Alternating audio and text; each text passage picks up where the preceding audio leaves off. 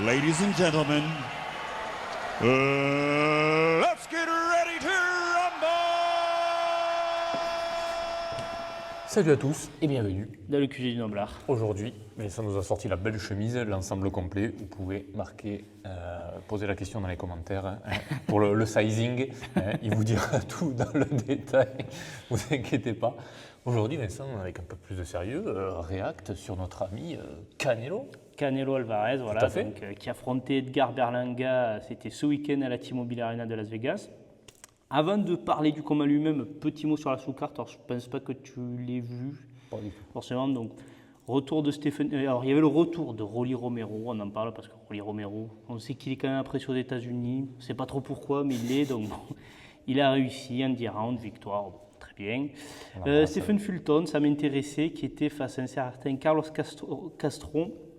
Très très dur le combat, c'est-à-dire que Fulton qui va au tapis au 5e, qui gagne par décision partagée, j'ai vu que ça avait fait jaser, bon c'est un combat serré.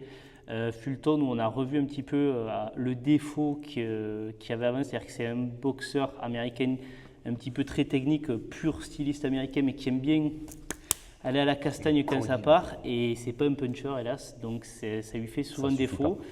Ça lui fait défaut, et là on l'a vu. Alors il y a peut-être aussi des choses qu'Inoue a cassées, puisqu'on ne l'avait pas revu depuis ce combat face à Naoya Inoue. Donc bon, il est revenu. Maintenant, à voir la suite en poids plume, ce que ça a donné. On a eu le retour de Caleb Plant, je ne sais pas si tu as vu passer les extraits. Oui.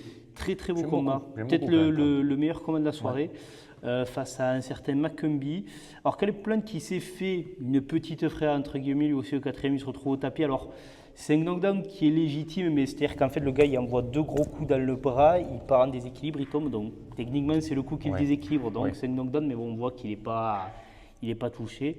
Et Caleb Plant qui a fait un combat différent de d'habitude, c'est-à-dire Caleb Plant, on a souvent en tête l'image de ce boxeur très sur les déplacements et les assez esquives. mobile. Là, il était en mode j'avance et bam bam et dans les cordes, et il a fini par faire plier l'adversaire au 9e de façon assez spectaculaire. Donc beau retour pour Caleb Plant. On aura peut-être l'occasion d'en reparler sur la deuxième vidéo qu'on vous prépare sur un petit peu cette soirée. Mais Caleb Plant, à voir ce qu'il va nous proposer par la suite. Et après, dernier combat qu'il y avait avant le main event, Erislandy Lara contre Danny Garcia. Combat des vieux un peu, 41 ans Lara, 36 ans Garcia, ça s'est vu que les deux ils sont en plus, bon Garcia qui est hors de sa catégorie, ce que j'avais dit un petit peu dans la vidéo preview, ça s'est confirmé. Lara qui a contrôlé l'action complètement, et Garcia qui au 9e tombe, mais alors vraiment si vous êtes fan de Garcia, ça fait mal au cœur parce que il se fait surclasser, dominer, puis à la fin il y a là qui est à moins gauche et tu le vois, il tombe à genoux, mais enfin vraiment, il n'y a plus rien quoi. Il n'y a plus rien quoi. Tout est complètement voilà. Donc bon, assez logique, c'est le scénario auquel on pouvait s'attendre, et il abandonne effectivement après ce 9e round. Et donc on arrive sur Canelo Berlanga. Donc combat qui, on l'a dit, on l'a redit, fascinait pas les foules. On avait peur de voir un déséquilibre qui s'est quand même vu. Voilà, on a vu qu'entre les deux, il y avait quand même pas mal de... Il y avait quand même un petit monde, Il y avait un petit monde. Alors, ça commence ce premier round assez tranquille, c'est-à-dire assez fermé. Ça s'observe. Canelo, plus entreprenant, trouve mieux sa distance avec le jab. Tu sens qu'il est plus à l'aise, qu'il a plus d'expérience. Au deuxième, Canelo qui commence à trouver des ouvertures. Donc, ça arrive le 1-2, ça frappe au corps avec le crochet gauche. Sa fameuse Berlanga qui commence, en fait, on voit qu'il est très crispé, en fait. Alors Berlanga, il avait dit en conférence de presse qu'il voulait se servir à fond du jab parce qu'il avait dit c'est la clé contre Canelo. Ce qui est vrai, on a vu que Bivol l'avait utilisé. Maintenant, bon, il y a une différence entre... Le jab à Berlanga, il y a quand même... Il y a un monde, et puis il y a une différence entre savoir connaître la stratégie. Moi aussi, je la connais, la stratégie pour battre Canelo. Je suis pas sûr de pouvoir l'appliquer devant lui, en fait, tu vois. C'est vrai. C'est un petit peu ça. C'est vrai. Et là, on voit qu'il est très crispé, qu'il subit complètement. Au troisième, pareil, hyper crispé, Berlanga. Et Canelo qui va, donc c'est le fameux moment un petit peu du combat où qui va le prendre avec, qui va un peu feinter le bras gauche au niveau du corps. Celle-là, il aime bien la faire. Voilà, et ça revient. Et en plus, le timing est parfait parce que tu vois Berlanga qui baisse juste sa droite à ce moment. Ah là, ça c'est la spéciale, vraiment. Et donc, knockdown, effectivement, il est touché. Et Berlanga qui nous a refait, comme la fois où il était allé au tapis, cette fameuse gimmick là du... Il se tape l'épaule et merde, je me suis fait avoir quoi. C'est ça, exactement. Et il se relève, et paradoxalement, alors on le voit des fois dans les combat box, c'est que tu vois, il était très crispé jusqu'à présent, tu voyais qu'il avait un petit peu peur de ça. Le fait de ça y est, être à l'eau tapis, c'est en gros, bon mais ça y est, c'est arrivé, ça le libère. C'est ça. Et là, tout d'un coup, on voit que Canelo tente d'accélérer un peu pour avoir de le finir. Berlanga répond. Et bon, de manière un petit peu désordonnée, c'est-à-dire qu'il envoie des coups amples, donc il se reprend un petit peu des coups derrière parce qu'il s'ouvre. Mais on voit qu'il les prend, il est peut-être plus relâché, tu vois, à ce moment-là, plus dans le combat et l'adrénaline et tout. Et quatrième round, ben, tu vois Berlanga plus relâché et qui là, pour le coup, applique pas mal son plat avec le bras avant, c'est-à-dire beaucoup jab, jab, jab, jab, jab. Il va chercher un peu au corps et on voit que quatrième round, Canelo, il est un peu enrayé. C'est un round où il n'arrive pas vraiment à construire sa attaque parce qu'effectivement, il y a constamment ce bras avant qui est. En plus, on ne l'a pas apprécié, mais Berlanga, en fait, je pense que toi aussi, ça t'a frappé.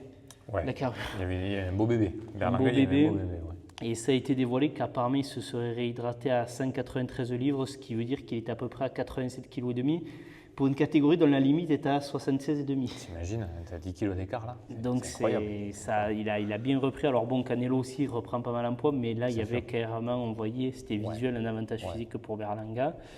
Et cinquième round, Canelo comprend un petit peu son jeu, il se met à nouveau à accélérer et il va bien toucher Berlanga, il va notamment montrer un bel uppercut, mais on voit que Berlanga, cette fois-ci, arrive à prendre le punch de Canelo. Donc forcément, c'est des coups qui font mal, mais tu vois que en étant moins crispé, justement, ça va, il arrive. Il absorbe un peu plus. Il absorbe un peu plus. Et au sixième, en fait, c'est un peu pareil, il arrive avec son jab à le gêner, mais Canelo, en fait, assez intelligemment, va pas essayer de trop s'épuiser, c'est-à-dire qu'il calcule, en fait, il arrive à l'amener un petit peu, à le manœuvrer pour la mettre dans les angles, et c'est des bam-bam, des combinaisons de coups, bam-bam, je ressors, et en fait, il est plus efficace, on va dire, contrairement à Berlanga, qui certes gêne avec le jab, mais à part le jab, il ne propose pas grand-chose, en fait. Il proposait le bras arrière, qu'elle essaie de le mettre, Canelo le voit arriver, il est vite. Au septième, Berlanga n'était pas trop mal, il avait un jab qui est un peu rentré dans la garde de Canelo. Et au huitième, vraiment, Canelo, là, il se met à accélérer et tu vois que Berlanga, il subit. Et en fait, il ne peut plus tenir la distance avec son jab, donc il est obligé un petit peu parce qu'il était plus ou moins en garde basse de lever les mains. Et ce qui est paradoxal, c'est ce qui va se passer dans les huitièmes et neuvièmes. Et Berlanga va être obligé un peu d'échanger avec Canelo. Et il va voir qu'à l'échange, alors, il est dominé, mais il n'est pas, comment dire, il arrive à rester en face, il arrive à placer des coups aussi. Et à tel point qu'au dixième, ce qui se passe, c'est que Berlanga, c'est lui qui vient main haute un peu avancer sur Canelo. D'ailleurs, je pense que Berlanga, il a voulu vraiment s'inspirer de Bivol parce que Bivol, dans leur combat, il faisait ce truc à la fin où il se met devant Canelo en garde haute, Canelo frappe dans la garde et lui, il attend et puis, et Berlanga, il essaie de faire ça avec moins de succès. Il paye, on va dire, la plupart des chances sont en faveur de Canelo. Mais il arrive à toucher pas trop mal. À la fin du dixième, il touche Canelo avec une espèce de gazelle punch crochet du gauche. C'est Canelo le premier, tu vois, Canelo qui lui fait non, l'air de dire. Mais bon, comme on dit, quand on dit non, c'est que c'est oui. Oui, voilà. c'est qu'en général. Donc il était pas mal. Et au 11e, il y a ce fameux round où Canelo, on sait que le 11e, c'est là des fois où il y a le gros coup de boost. Et effectivement, il arrive. Mais c'est pas suffisant, il n'arrive pas à... Il fait une grosse accélération dès le début, puis tu sens qu'il récupère. Berlanga reprend un peu les rênes. Et puis Canelo, à la fin, touche bien Berlanga, mais ce n'est pas suffisant. Et au 12e, on a un Berlanga perdu pour perdu qui va un peu plus de l'avant, qui fait quelques trucs pas mal dans les 15 dernières secondes.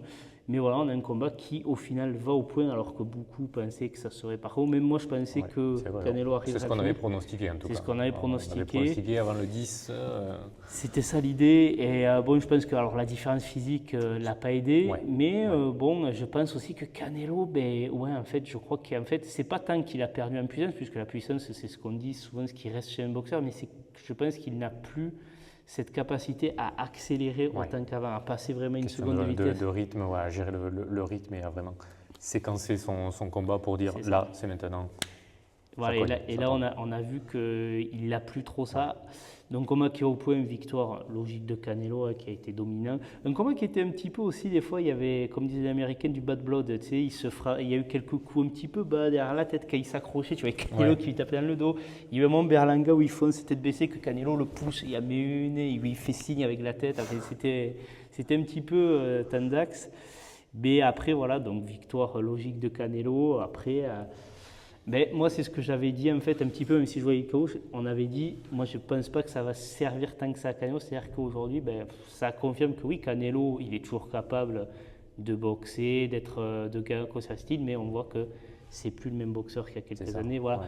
On l'a vu, Canelo, à la fin, en interview, il a dit « Je suis le meilleur boxeur au monde ». Non, aujourd'hui, Canelo, tu n'es plus le meilleur boxeur Non. au monde. Il y a d'autres noms qui te Il a sont- les ceintures, donc sur le papier, on va dire qu'il est champion, mais après, de là à dire qu'il est le meilleur boxeur au monde, Ben, toutes catégories confondues, voilà. Maintenant, il y a Ouais, des Usyk, ouais. des Inoue, des Crawford, Ouais, des Beterbiev, des l'écart Bivol commence à qui se- ont mis un petit peu Ouais. un petit tour de... Voilà. tout à fait. Du coup, combat qui...